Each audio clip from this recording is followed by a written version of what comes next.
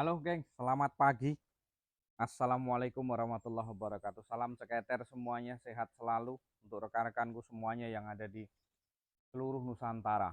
Dari mana-mana sudah mencoba menghubungi, kemarin dari Papua Barat ya. Ini jangkaunya agak bingung saya kalau ke Papua itu kalau kita ngirim telur vertil karena terlalu jauh jangkauannya ya. Tapi ya nanti coba kita usahakan seperti apa.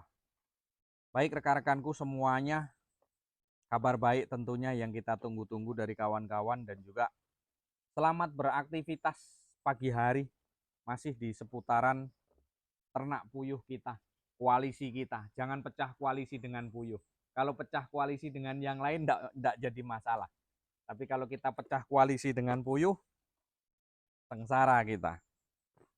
Jadi ada beberapa rekan-rekan yang minta solusi, yang minta supaya eh, mengenai masalah penempatan kandang.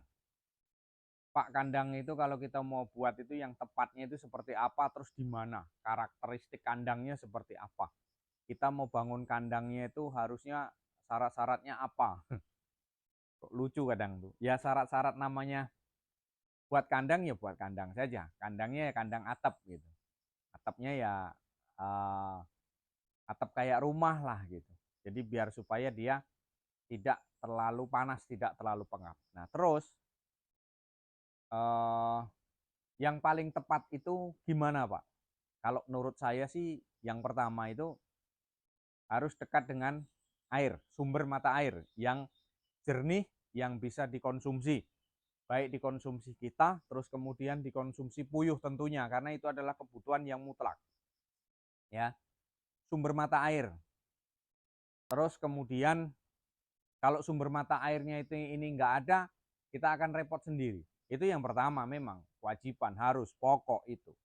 Sumber mata air yang bersih, yang bisa dikonsumsi oleh kita, supaya kitanya sehat, ya ternaknya juga sehat. Karena hari-hari kan kita menggunakan air, minumnya, belum nanti kalau kita di penetasannya, nyucinya, segala macam, itu memang kita jangan jauh dari sumber mata air. Terus kemudian jauh dari keramaian, itu kalau bisa. Mungkin jauh kayak di perkotaan, agak jauh sedikit, terus kemudian pasar, ya agak jauh lah gitu. Agak jauh dari keramaian. Kenapa? Bisingnya, terus kemudian kenyamanannya kita cari yang agak jauh dari keramaian, tujuannya supaya agak sunyi seperti ini. Hanya terdengar suara jangkrik di kebun, ya, sunyi, sepi. Tapi ya jangan terlalu sepi. Kalau sepi kitanya juga yang sengsara, nggak ada kawan, ya yang sedang-sedang gitu. Terus kemudian kalau di situ memang kita sudah agak jauh dari keramaian lah, jangan jauh betul lah. Itu karena kalau kita di keramaian nanti kita dampaknya banyak. Kita dikomplain dengan warga sekitar, mungkin bau lah yang tidak seneng lah ya, namanya kita buka usaha, apalagi kalau kita ada nampak hasilnya di situ kan mulai itu sibuk tetangga itu. Padahal sudah kita kasih dengan telur, mungkin kan kita berbagi gitu, tapi ternyata ya namanya tetangga kan pasti seperti itu, bau sedikit aja dia sudah mulai sibuk. Ya tapi memang kalau menurut aturan ya memang itu tidak boleh kalau untuk dari Dinas Lingkungan Hidup, kalau untuk di tengah-tengah pemukiman. Tetapi kan kita melihat juga di situ ternak kita banyak atau tidak. Kalau banyak skalanya sudah ribuan, itu di tempatnya yang padat penduduk, ya itu nanti pasti ada konflik di situ. Ya, ada konflik di situ nanti. Konflik di situ. Jadi kalau untuk tempat saya rasa ya kita agak jauh juga dari pemukiman kalau bisa itu. Karena menghindari, mana tahu nanti ternak kita maju, mana tahu nanti ternak kita itu berkembang gitu. Jadi kalau untuk tempat kalau bisa memang agak jauh dari keramaian. Terus kemudian listrik, PLN harus ada. Karena apa? Puyuh tidak bisa gelap. Harus ada penerangan di malam hari. Kalau di siang hari paling kita memerlukan itu hanya sebatas untuk mesin tetas. Kalau kita di situ memang kita penetasannya ada, itu memang listrik itu memang harus ada.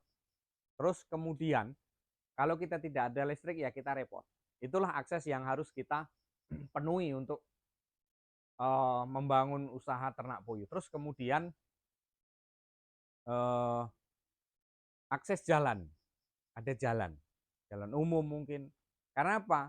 Ya kita membawa pakan, kemudian bawa hasil telurnya nanti kita keluar masuk masalahnya. Kalau akses jalannya nggak ada ya nanti kita kesulitan sendiri. Gimana kita mau beli pakan, jalan nggak ada, segala macam nggak ada di situ. Kan repot kita jadinya. Nah, semuanya itu kita rangkum jadi satu kalau memang ada tempat yang agak jauh dari keramaian. Itu tadi karena pertanyaan yang tepat untuk kandang itu seperti apa. Makanya ya saya jelaskan, kalau yang tepat seperti itu. Terus kemudian dari rekan-rekan tuh kalau nonton video jangan di skip-skip, jangan dilewati-lewati. Jadinya ada yang terlewati terus kemudian dipertanyakan, kan kok kelihatannya kok nggak disimak dari awal gitu. Jadi dari semua rangkaian itu memang kita perlu penempatan yang tepat untuk membuat kandang. Dari rangkaian semua yang saya sampaikan, mungkin dari air minum, listrik, kemudian jauh dari keramaian, jalan. Ternyata akses itu Pak, saya adanya di samping rumah, di belakang rumah. Tapi tetangga agak jauh, mungkin di daerah pedesaan. Ya nggak masalah. Itu tadi kan diminta yang paling tepat itu di mana Pak, kalau kita mau buat kandang. Situasi yang tepat, ya itu tadi. Tetapi semuanya itu kalau memang kondisi kita di situ memang betul-betul bisa. Kalau memang tidak bisa ya kita skala rumahan. Di samping rumah, di belakang rumah, banyak yang seperti itu. Yang intinya kalau kita di lingkungan sering-sering kita menjaga kebersihan supaya tidak mengganggu warga sekitar, tidak mengganggu tetangga. Tetangga itu ya butuh kenyamanan juga. Kita toleransinya ada. Terus kemudian kalaupun memang mau ternak tapi tempatnya di loteng, di lantai atas Pak, di atas rumah Pak, ya silahkan saja. Ada juga yang kayak gitu. Kawan kita yang di Bogor kemarin informasinya kayak gitu. Saya di lantai 4 ini Pak, ternaknya di lantai 4. Jadi bukannya di lantai dasar bawah, enggak, malah di atas. Nggak apa-apa, yang penting aturlah strateginya seperti apa.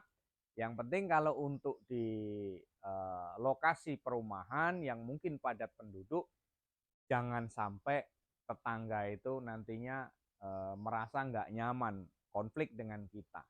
Ya, kita sudah membangun usaha, sudah modal sudah banyak di situ, ternyata kita menjadi sebab musababnya tutup karena tetangga, karena kanan kiri yang kurang mendukung. Ya wajar juga Pak, mereka kan nggak mungkin Pak kena baunya terus, ya.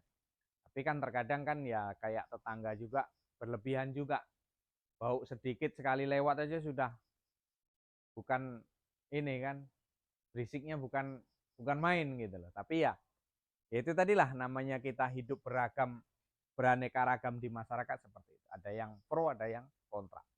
Jadi saya sarankan memang kalau untuk kita yang tepat, pembuatan kandang yang strategis, yang pas, yang tepat itu memang kita harus agak jauh dari keramaian supaya kita dapat merasakan kenyamanan dan kemudahan di situ. Kita nyaman, ternak nyaman. Ya, kalau kita masuk ke kandang, kita nggak nyaman, mungkin baunya kita nggak nyaman dengan segala sesuatunya, kita aja nggak nyaman, apalagi ternak kita. Jadi kalau untuk ciri lokasi ternak puyuh yang tepat, ya seperti itu tadi saya sampaikan. Yang pertama itu kalau bisa ya kita